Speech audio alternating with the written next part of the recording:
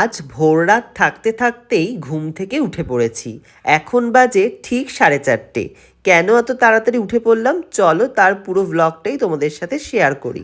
আজ 1 জুলাই মঙ্গলবার। আজ রয়েছে মা বিপত্তারিণী চণ্ডীর পুজো, তাই সকাল সকাল বেরিয়ে পড়লাম মায়ের বাড়ির উদ্দেশ্যে। রাজপুর বিপত্তারিণী মন্দির আমার বাড়ি থেকে জাস্ট একটা অটোতেই আমি পৌঁছে গেছিলাম। অটো থেকে নামতেই দেখি রাস্তার দুধার জুড়েই ফুল ফলের প্রচুর দোকান ছিল, তো আমিও সেখান থেকে সংগ্রহ করে নিয়েছিলাম। তো তোমরা নিশ্চয়ই জানো যে বিপত্তারিণীর ব্রততে কিন্তু 13 ফল ফুল এবং মিষ্টি দেওয়ার রীতি রয়েছে। এখন কিন্তু বাজে 6:15। এই সকালবেলাতেই এত ভিড় হয়েছে, আর রাস্তার থেকেই কিন্তু লাইন শুরু হয়ে গেছে। পুরো চোখে পড়ার মতো কিন্তু ভিড় ছিল। ডালাটা আমি সাজিয়ে নিয়েছিলাম 13 রকমের ফল ফুল পান মিষ্টি এইসব সামগ্রী দিয়ে। এখানে এত ভিড় হওয়া সত্ত্বেও এত সুষ্ঠুভাবে পরিচালনা করছিল, কি বলবো, কোনো রকমের অসুবিধাই কিন্তু এখানে হচ্ছিল না। মন্দির কর্তৃপক্ষ থেকে প্রথমে কিন্তু পুজোটা নিয়ে নিয়েছিল, তার জন্য দেখো প্রচুর কিন্তু এখানে পুরোহিত নিযুক্ত ছিল এই কাজের জন্য। আর খুব সুন্দরভাবে এবং সুষ্ঠুভাবে নাম গোত্র বলে ফল মিষ্টান্ন মাকে কিন্তু নিবেদন করছিল। তারপরেই আসলো ব্রত কথা এবং পুষ্পাঞ্জলি। এই সময়টা বিশ্বাস করবেন না, গায়ে যেন কাটা দিয়ে উঠছিল। সত্যি মা এখানে জাগ্রত, আর সেই মুহূর্তই তোমাদের সাথে শেয়ার করলাম। রাজবাড়ির মধ্যে এত প্রহরী বেষ্টিত, এত দাস দাসী, তাদের মধ্যে থেকে আপনাকে কি করে এনে গোমাংস এনে দেখাবো? তখন রানীমা বললেন, দেখ বুঝিস, আমি একটা নতুন পাত্র দেবো, নতুন একটা বস্ত্র দেবো, সেই নতুন পাত্রে করে তোর বাবাকে বলে গোমাংস এনে নতুন বস্ত্র ঢাকা দিয়ে আমার ঘরে খাটের তলায় তুই রেখে দিবি, আমি সময় মতো থেকে ফেলে দেবো। রানীমার কথা পরিষ্কার করতে করতে সেই নতুন পাত্রটি চোখে তার পড়লো। সে ভাবলো নিশ্চয়ই কোনো ভালো খাবার আছে, এর মধ্যে 2-4 টুকরো খেয়ে নিলে কেউ টেরও পাবে না, জানতেও পারবে না। এই ভেবে সে ঘর মুছতে মুছতে নতুন পাত্রটির কাছে গেল। বস্ত্রটি খোলা মাত্র দেখলো তো খাবার তো নয়, এক তাল অস্পৃশ্য গোমাংস। মানুষ যখন চায় তখন যদি না পায়, তার মনের মধ্যে ভীষণ রাগ সৃষ্টি হয়। দাসীরও ঠিক তেমনই মনের মধ্যে রাগ সৃষ্টি হলো। সে সমস্ত কাজটা বন্ধ করে সোজা ছুটতে ছুটতে মহারাজের কাছে গিয়ে উপস্থিত হয়ে বলছে, মহারাজ, সর্বনাশ হয়েছে।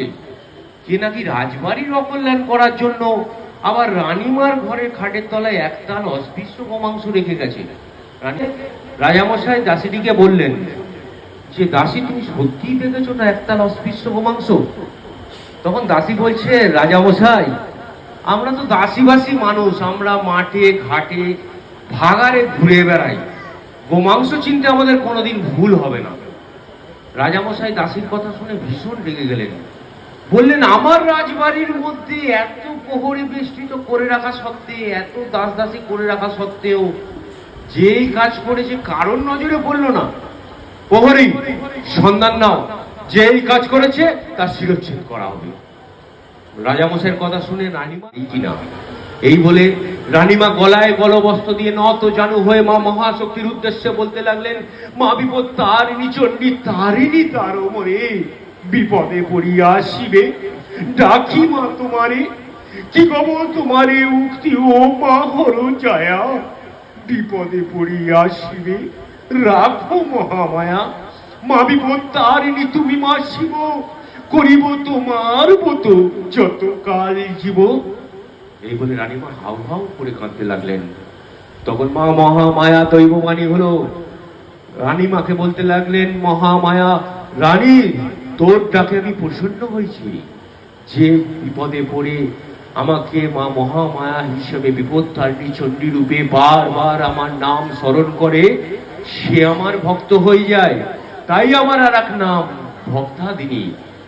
আমি নিজের হাতে এই গোমাংস ভরা পাত্র সরিয়ে আমি ফলে ফুলে পূর্ণ করে দিলাম, তুই রাজাকে দেখা। রানীমা চোখ মুছতে মুছতে সেই পাত্রটির কাছে গিয়ে বস্ত্রটা খোলা মাত্র দেখলো সত্যিই তো আর গোমাংস নেই, পুরো পাত্রটাই ফলে ফুলে পূর্ণ হয়ে গেছে। তখন রানীমা মা মহামায়ার উদ্দেশ্যে শতাংশে প্রণাম করছেন। এই সময় মহারাজ হাতে খড়গ নিয়ে রানীমার ঘরের সামনে এসে উপস্থিত হয়ে বলছেন, রানী, কোথায় গোমাংস দেখাও আমারে। তখন রানীমা সেই ফলে ফুলে ভরা পাত্রটি মহারাজকে দেখালেন। মহারাজ ফলে ফুলে ভরা পাত্রটি দেখে ব্রতকথা এবং পুষ্পাঞ্জলি সমাপ্ত হওয়ার পর এগিয়ে চললাম মাকে দর্শন করার উদ্দেশ্যে।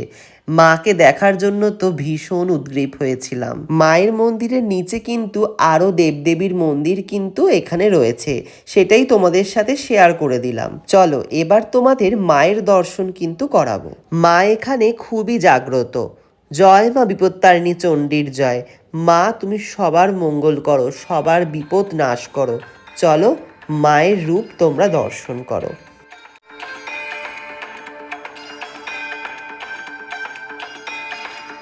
মাকে পুজো দিয়ে বেরিয়ে আসার পর মন্দিরের বাইরে এখানে চরণামৃতর ব্যবস্থা ছিল, এখানে চরণামৃত প্রসাদ কিন্তু দিচ্ছিল।